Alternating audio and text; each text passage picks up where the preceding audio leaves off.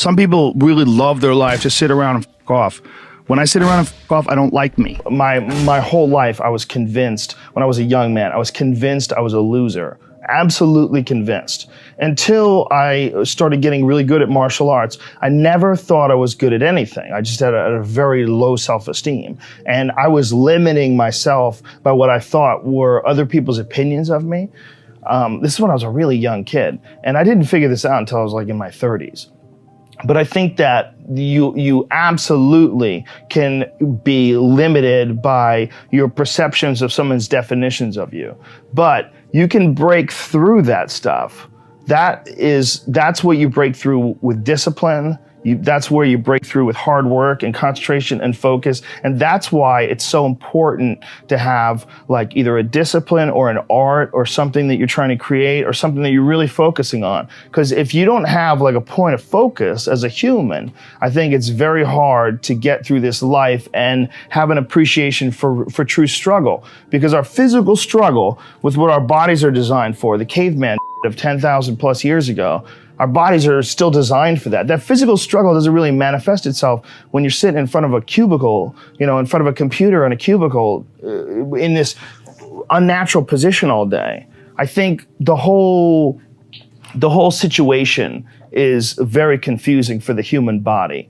And we don't get the tests that we need in order to have what you would call personal sovereignty. So you got to impose those tests on yourself. Your life would feel better and richer if you had a goal. You chase that goal, you accomplish some things, you would get this boost of confidence, you get this boost of self-esteem, like whatever it is that you're into doing. Maybe you're into drawing comic books. Maybe you're into making pottery or sculptures, but find whatever the that is and pursue that instead of doing nothing. Like the people that are doing nothing, doing something might be as simple as like that Alex Honnold guy. He just climbs rocks, but he's world-class rock climber. It's something. You don't truly appreciate relaxation unless you've worked hard. And that is the yin and the yang of life. And I've said this to the point of people getting sick of it, but one of the worst decisions a man can make, I can only speak for men, obviously, is to be comfortable. I don't think you should try to be comfortable. I think what you should try to do is try to earn comfort. And if you can get a day off where you've worked hard and you've accomplished goals, that day off will be so sweet. When I work hard and I sit in front of the TV, I enjoy the shit out of it. I put my feet up, I have a nice drink, I enjoy my free time. I'm more of a workaholic than I should be, probably. If the balance was, I probably should relax more than I do, but I never feel like I earned it. But that's part of the reason why when I do feel like I earned it, I can enjoy it. It's because I am more connected to the idea that I need to accomplish things and it's not like for anybody else's benefit other than my own or anybody else's approval other than my own. When I have a task, whether it's today I'm going to write 1,000 words, or 2,000 or whatever the number is. If I don't do that, I write things down. Like I'll write down a list of things that get accomplished that day. And if I don't accomplish that, I'll get sick. Like it'll drive me crazy. If I can't fill out that list, that drives me nuts, but that's what led me to be a championship level martial artist. That's what led me to achieve it's the reinforcement of those goals, like understanding that you can achieve those goals. It's going to be difficult. You're going to push through the difficulty, and then you're going to understand what difficulty truly is and how much of it is just mental, how much of it is just in your mind, this adversity to difficult task or to struggle. And a lot of people have that. They're scared. They're scared of complications. They're scared of failure. Failure is a big one that people are afraid of. But failure is one of the most important things you could ever have as far as like the motivation to do things differently.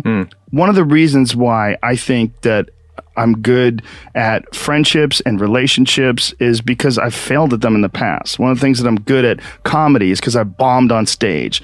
One of the reasons why I'm good at work is because I've been a shitty worker in the past. And I know the feeling of failure, the feeling of shame, of being like a weak, non-motivated, lazy person. It's a weak feeling. You don't respect yourself. And I have this phrase that I use all the time to people to try to motivate people. I say that be the hero in your own movie. Pretend that if your life was a movie and your life started now, what would the hero do? What would the person that you respect do? What would the person that you admire, person that inspires you, what would they do? Well, do that. And if you do that, you slowly build momentum. You like, today I did what I wanted to do. Today I started a class in yoga. I did this. I did all these things that I was saying I wasn't going to do. And now I feel momentum. And momentum is a very important point in people's lives. That's why some folks don't like to take days off, because they feel like they're losing momentum and they sort of have to restart the wheel up again after a vacation. Before I was successful, I realized it was stupid. Long before, because when I was like an amateur, I would see guys that were killing, and I'd be like, F him, like, why is he doing good? Like, that guy sucks, and this guy sucks, and you know, how come he got this and he got that? And then I remember thinking, like, this is a gigantic waste of time. And I got into comedy because I'm a fan of comedy. And my concentrating on people that suck or being jealous about people that are doing well does me zero good. But instead, if someone does well, I can be inspired and I can get fired up by it. I mean, I figured this out in my early 20s. I was like, okay, this is I have a poor way of looking at it, because it's a martial arts thing. Because in martial arts, like, you can't be jealous of someone else's ability. You have to realize you might have to fight them someday. So by realizing that they're really good, you're forced to be objective about it. And you have to go to work. Like, you have to go, that guy's better than me. I got to get better. And you have to go to work. Right. There's no positive benefit in underestimating someone. The one thing that discipline definitely does help you with is it helps you get things done. And when you get things done, when you actually do things, you have more success. If you have more success, and sometimes a big part of success is just not being lazy and just doing it. Yeah. That's like 90% of it is just showing up. Get there and start working. Like, you're not going to feel perfect every day. If I only worked out when I felt good, I'd be a fat because there's a lot of days I don't want to do it. It's pretty much the same with everybody that actually gets good at something. That there's got to be those days you push through, and they're probably going to be more numerous than the days you don't. And so the benefit of discipline in my eyes has always been that through discipline, I get things done. I always say that I'm like the most lazy, disciplined person I know, because I don't want to do it. Yeah. But I always do. A bunch of people that will say, yeah, well, I have a family, so, it's a great idea for you to just go out there and go crazy. I have people to support. You need to listen.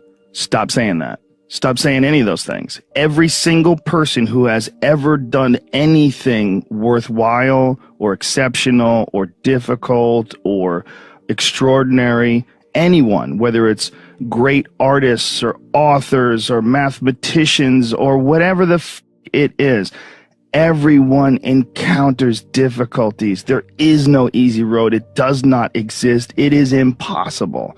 Everyone has issues. If you have time to pursue a hobby, if you have time to do anything in your life, you can better yourself. And here's one way you never better yourself. When you come up with excuses for why other people are successful and you're not, that is dangerous. When you give yourself an escape, yeah, well, that's easy for you to say, you do this, you do, and trust me. Everybody has a hard road. I wanted to jump out a window several times during my young life. I wanted to jump in front of a train, just ended because it's too much pressure. Not really, but you know what I'm saying. Theoretically, we all go through hard times. We all go through depression. We all go through doubt and moments in your life where it's really difficult and you're trying to figure out what your path is going to be. It's hard as shit. But Stefan and I were talking about this before the podcast starts, that is what makes you a person. And those difficult moments are what build your character. Show me a great man who's the son of a great man. That's what we're saying. These kids that are born billionaires, you're never going to be a self-made person. You have a backup trust for your backup trust for your trust, and you're man. The most important thing is always for all people to recognize that you're not who you were a year ago. You're not who you were 5 years ago. You're not who you were last week. You're who you are now. And this is the only you have control over. So you got to regulate how much you dwell on regrets of the past. You really got to be careful, because it's good to have a little, because my regrets, whether it's things of professional nature or the very few regrets friendship-wise, which is one thing that makes me very happy. But you know, there's life is strange. There's a lot going on. There's a lot of factors happening in life. But for sure, who I am now wouldn't have ever happened if I didn't fuck up. If I didn't make those mistakes, I wouldn't have understand the importance of friendship and kindness. And if I hadn't been cruel at some point in my life, or someone hadn't been cruel to me, I wouldn't understand the beauty of love. I wouldn't understand the full range of it because I hadn't felt the sting. If nobody ever punches you in the face, you don't really appreciate safety. Because a lot of people don't even understand what safety is. You pretend, oh, we're safe, but you are so not safe at any moment. You know, and when someone's punched you in the face a bunch of times and you've been in a street fight with some guy you barely knew, you got in an argument with him, there's something about regular safety that's sweeter. Yeah. It's more delicious. Yeah. It's more delicious. It's way better to drive your car straight after you almost lost control on a turn. You're like, wah! And then you get back straight, you're like, whoa. For sure. I'm not saying that you should go sideways around corners, but what I am saying is that there's a yin and a yang to this world, man. And you gotta fuel yourself with the fuck-ups. And most people get stuck in these patterns because they define themselves as a fuck-up, or they define themselves as a person who doesn't follow through on their ideas, or a person who doesn't pursue their real interests and loves. You define yourself by that. Well, you know, I guess I start things and I quit. No, you don't. No, you have started things and you quit. And it gives you a horrible sense of regret that's made you define yourself by that. You don't have to do that. You don't have to do that.